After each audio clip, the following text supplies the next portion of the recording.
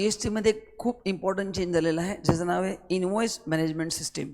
Initially ती voluntary लेवलला होती, पण डिसेंबर 25 पासून गव्हर्नमेंट त्याला थोडं स्ट्रिक्टली इम्प्लिमेंट केलेलं आहे आणि आता या सिस्टीमशी आपल्याला पर्यायच नाही आहे. अँड बेसिकली हे जर तुम्ही नीट समजून नाही घेतलं तर this might affect your input tax credit. आणि एकदा जर इनपुट टॅक्स क्रेडिट तुमचं अफेक्ट झालं देन तुम्हाला एक तर GST जास्ती भरावं लागेल, प्लस तुमचं GST पोर्टल जे तुम्ही 3B वगैरे फाईल करता ते पण ब्लॉक होऊन जाईल.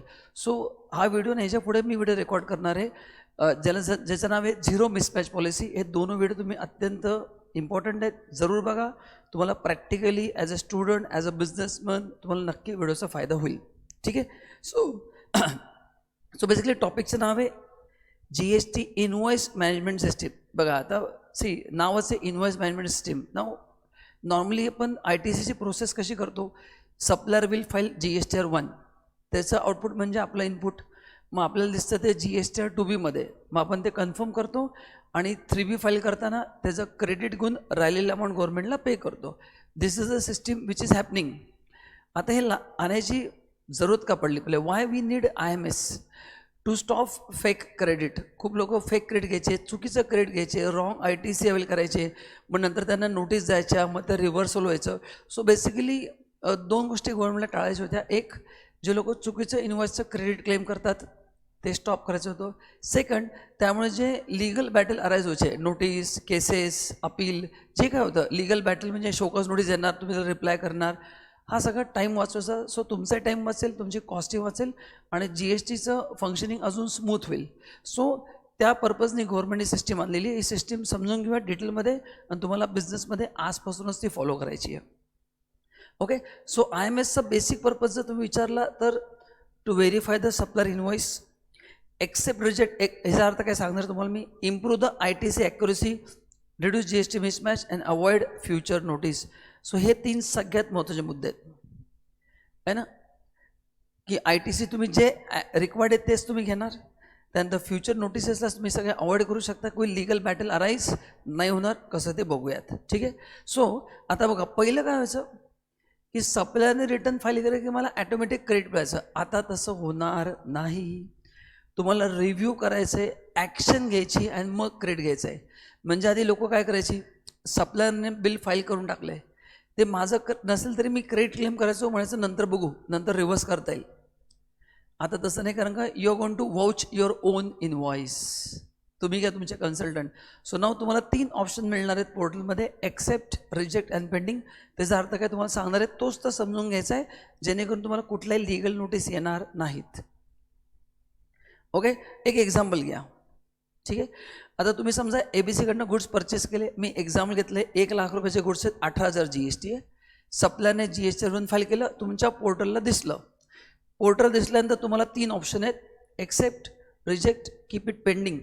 आता कधी एक्सेप्ट करायचं, कधी रिजेक्ट करायचं, कधी पेंडिंग ठेवायचं, हे तुम्हाला मी सांगणार आहे डिटेलमध्ये. And that is what IMS is all about. Purpose दोनच आहेत, एक तुम्ही रॉंग ITC क्लेम नका करू, आणि दुसरं जे लिगल डिस्प्यूट अराईज होतात ते गव्हर्नमेंटला कमी करायचे आहेत. सो तुमचा टाईम वाचेल, कॉस्ट वाचेल, आणि GST अजून leak proof or you can say जे फ्रॉड व्हायचे ते फ्रॉड तिचे कमी होऊन जातील. ठीक आहे. सो बेसिकली बघा, त्याची स्टेप 1 काय, हाऊ दिस वर्क. स्टेप 1, सप्लायरने GSTवरून अपलोड केलं, ओके.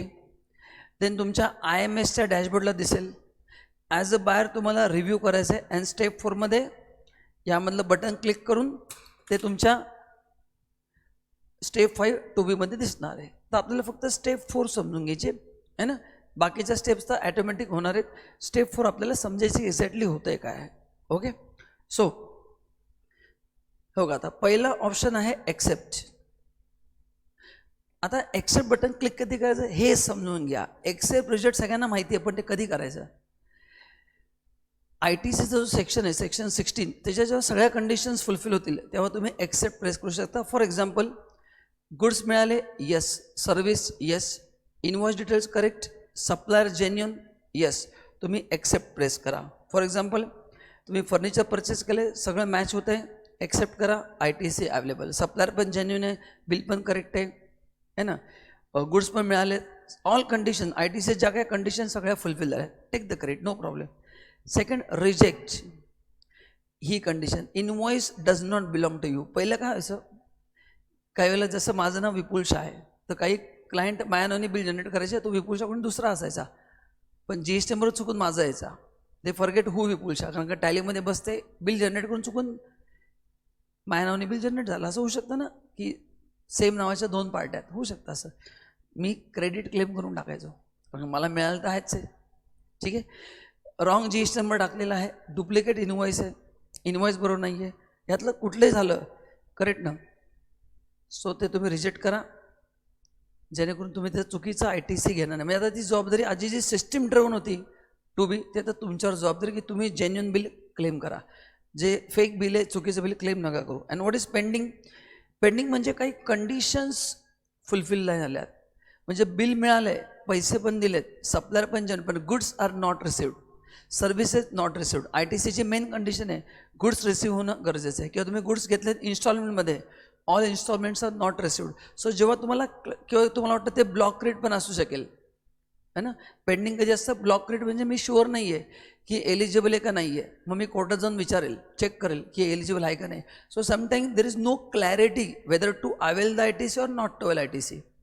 कारण का प्रत्येक परचेस ITC तुम्हाला मिळत नाही, ते एलिजिबल असेल तर मिळतं. So I am not sure की एलिजिबल आहे का नाही, त्या केसमध्ये I keep it as a pending. ठीक आहे, किंवा गुड्स असेल ट्रान्झिंगमध्ये, ह्याला म्हणतात पेंडिंग. ह्याचं तुम्हाला नंतर डिसाईड करायचं की क्लेम करायचं का नाही करायचं. ठीक आहे, ओके. सो सिनारिओ 1 मध्ये everything is okay except scenario 2 pending, 3 reject. Pending कधी राहील? काही कंडिशन्स फुलफिल नाही झाल्या. आणि रिजेक्ट कधी होईल? रॉंग ITC आहे, माझं बिलच नाही, चुकून माझ्याने जनरेट झाले, मी एवढं मटेरियल घेतलंच नाही आहे, मी क्वांटिटी घेतली 1, बिलात 5 लागली, कुठल्या पद्धतीचं असेल. ठीक आहे, सो तुम्हाला सप्लायरनी 2दा बिल अपलोड केले, रिजेक्ट करू शकता तुम्ही. सो याचा फायदा कळेल तुम्हाला. 3 फायदे आहेत. तुम्ही रॉंग ITC क्लेम नाही करणार, मग तुम्हाला रिव्हर्स करायची गरज नाही लागणार. प्लस तुम्ही जेव्हा ITC रिव्हर्स करता 18% इंटरेस्ट लागतं, तो तुमचा वाचेल, GSTची नोटीस नाही येणार आणि इंटरेस्ट वाचेल. So basically this is the purpose of this thing.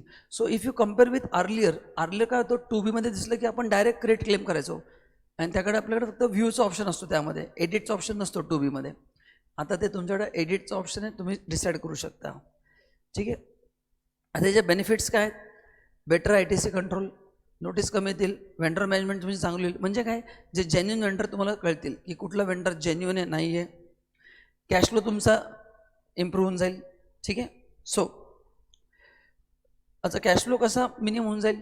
तुम्ही जर चुकीचे ITC घेतलं तर आता तुमचा कॅश फ्लो कमी होईल, पण जेव्हा तुम्ही रिव्हर्स कराल तो ITC द्यावा लागेल आणि त्याच्यावर इंटरेस्ट द्यावा लागेल, तोही तुमचा वाचेल. ठीक आहे, सो आता तुम्हाला मी हे थेरॉटिकल सांगितलं, आता हे प्रॅक्टिकली करणं पण गरजेचं आहे. करेक्ट. हे फक्त तुम्ही इंट्रोडक्शन दिलं की IMS आहे काय. रिॲलिटीमध्ये या गोष्टी खूप अवघड आहेत, कारण का तुम्हाला पहिलं GST पोर्टल वापरायचं कसं, त्याचे रिटर्न्स कसे फाईल करायचे, अकाउंटिंग कसं करायचं, हे सगळं महत्त्वाचं आहे. त्यासाठी आम्ही तुम्हाला हे सगळं शिकवणार आहोत, आणि म्हणून तुम्हाला ITAPचा जो GSTचा कोर्स आहे विल कवर एव्हरीथिंग. सो आपला जो GSTचा कोर्स आहे त्यामध्ये रिकन्सिलेशन, व्हेंडर मॅनेजमेंट, GSTचा रिटर्न रिव्ह्यू कसा करायचा, 2B कसं रिव्ह्यू करायचं, IMS कशी वापरायची, याचं 100% प्रॅक्टिकल ट्रेनिंग तुम्हाला दिलं जाईल, आणि ज्याच्याकडून तुम्हाला फायदा होईल. सो या 3 गोष्टी तुम्हाला सांगितल्या, एक्सेप्ट, रिजेक्ट, पेंडिंग. हे थेरॉटिकल तर खूप सोपं वाटलं असतं तुम्हाला, पण हे प्रॅक्टिकली करायचं आहे. त्यासाठी तुम्हाला प्रॅक्टिकल नॉलेज असणं गरजेचं आहे, आणि जे काम ITAP करतं. सो तुम्ही ITAPच्या आपल्या एकदा कोर्सेसची नक्की माहिती घ्या, आणि तुम्ही जर बिझनेस पण असाल तरी तुम्हाला कोर्स फायद्याचा आहे. तुम्ही ऑनलाईन मोडमध्ये करू शकता. 1 महिन्याचा कोर्स आहे ॲडव्हान्स, जे तुम्हाला सगळ्या गोष्टी चांगल्या पद्धतीने शिकवल्या जातात विथ प्रॅक्टिकल ट्रेनिंग. ओके, तुम्ही स्टुडंट असाल, तुम्हाला जॉब पाहिजे, तुम्हाला स्वतःची प्रॅक्टिस चालू करायची छोट्या स्केलला, you can start. So along with the BCom you can do this courses and you can work as a freelancer. आणि BCom नंतर मग तुम्ही फुल टाईम जॉब करू शकता, स्वतःची प्रॅक्टिस चालू करू शकता. तुम्ही बिझनेस पण असाल तरी तुम्हाला माहिती असणं गरजेचं आहे की तुमच्या कंपनीमध्ये काय चाललेलं आहे. कारण का तुम्ही ते किती डीपमध्ये, कारण तुम्हाला GSTचा एवढं नॉलेज नाही, पण तुम्ही जे माहिती घेतली तर अकाउंटंट बरोबर करतायत की ते कळेल. की तुम्ही स्वतः अकाउंटंट असाल तर तुम्हाला कळेल की ओनरसाठी आपण कसं राईट पद्धतीने काम केलं पाहिजे, जेणेकरून त्याला प्रॉब्लेम येऊ नये. So this will help everyone. जे लोक GST कंप्लायन्स करतायत या सगळ्यांसाठी फायद्याचं आहे. या कोर्सची माहिती जरूर घ्या, आणि व्हिडिओ आवडला असेल तर लाईक करा, तुमच्या मित्रांबरोबर शेअर करा, आणि याच्या पुढचा व्हिडिओ नक्की बघायला विसरू नका. Thank you and bye bye.